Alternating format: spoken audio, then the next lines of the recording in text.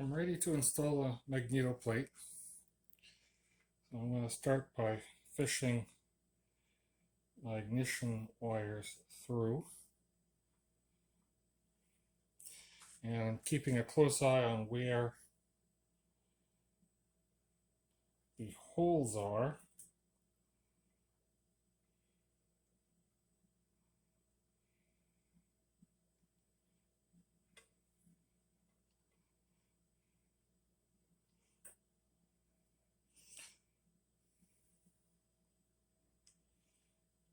So I see where my holes are for attaching it to the bottom plate.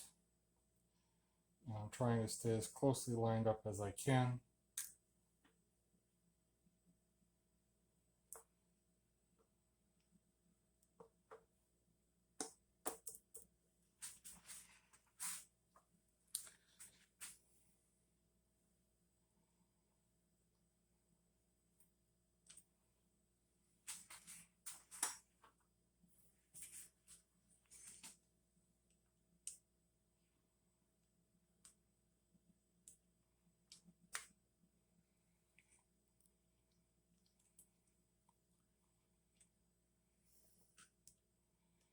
So as I attach the magneto plate to the lower disc, I don't want to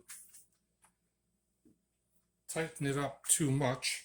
I just want to put a bit of compression on the compression spring, and I don't want to tighten up one bolt unevenly so as to cause the disc to be at an angle. So I want to tighten up everything equally, and only enough to put some compression on that compression spring that separates the two discs,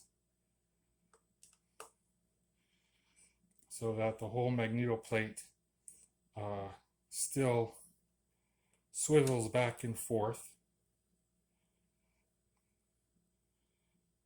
and has enough tension that it stays in place.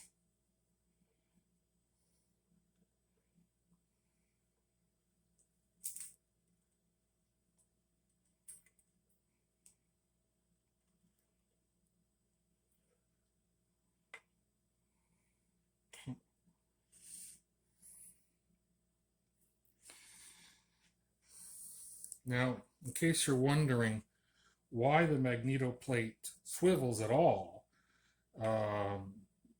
it has two functions. The first, as the throttle is moved from slow to fast, the throttle cam, pushes the throttle open on the carburetor, introducing more fuel to the cylinders. But the second thing it does is adjusts the timing of the spark. At fast, the timing is such that the expansion of gas happens just after the piston head starts its downward stroke.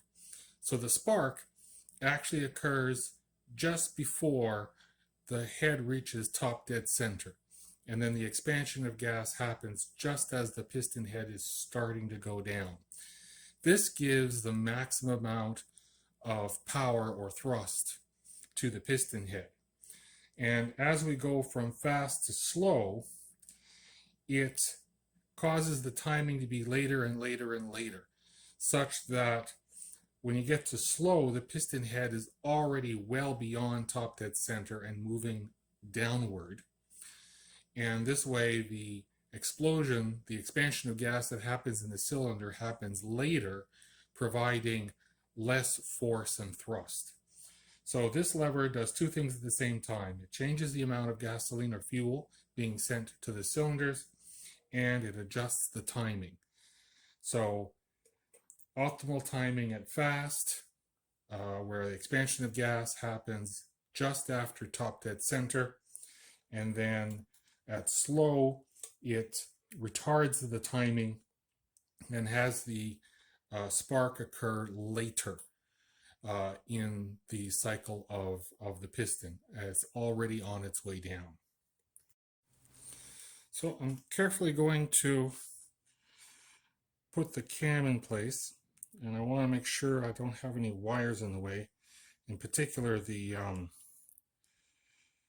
primary coil terminal that needs to be tucked well underneath the coil.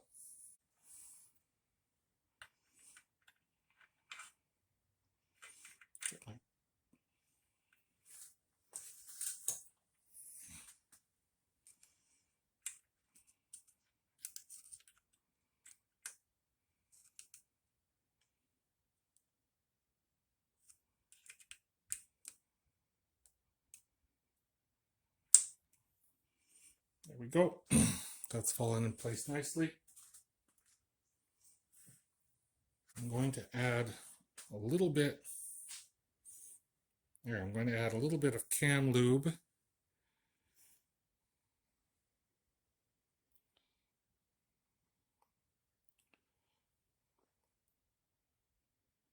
To the cam. And that'll soak into the wick. I don't want to use a light oil for this, because the light oil will splash about a fair amount.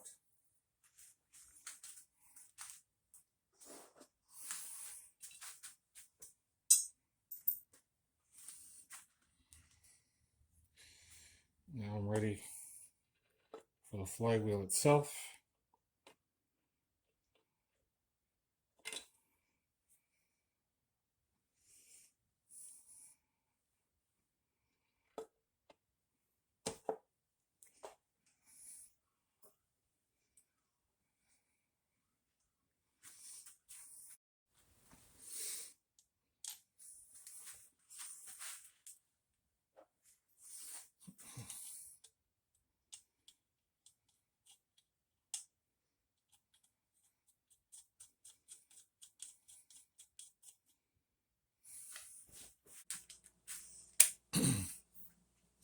So I got the torque wrench set at 40 pounds. The specs are from anywhere between 30 and 40.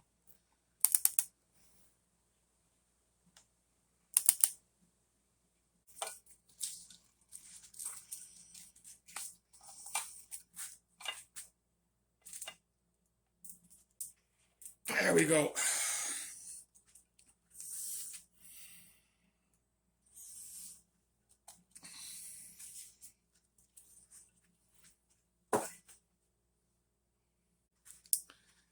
Last thing I need to do is replace the screws in the holes for a puller.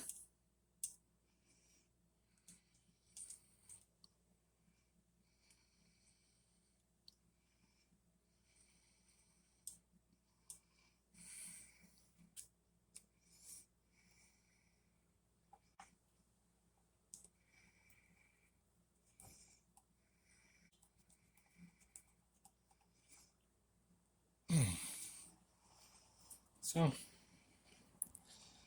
next, put some boots on those ignition cables and attach the spark plugs and test for spark.